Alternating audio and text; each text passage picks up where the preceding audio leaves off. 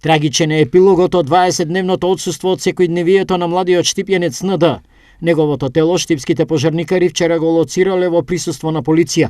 Во текот на вчерашниот ден од страна на СВР Штип од територијалната противпожарна единица беше побарано асистирање во реалното село Вртешка, односно каде што е пронајдено мртво тело, леш обесено на дрво.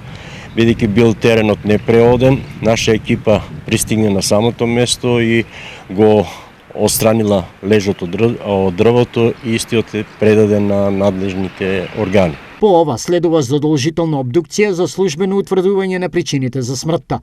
Починатото момче е на 28 години, кој од страна на семејството пред 20 на денови бил пријавен за исчезнат.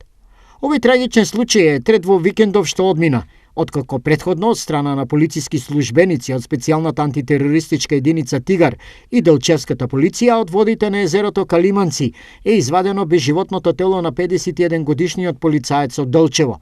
Истиот ден, во одводен канал во аторот на селото Спанчево, било пронајдено тело на починато машко лице.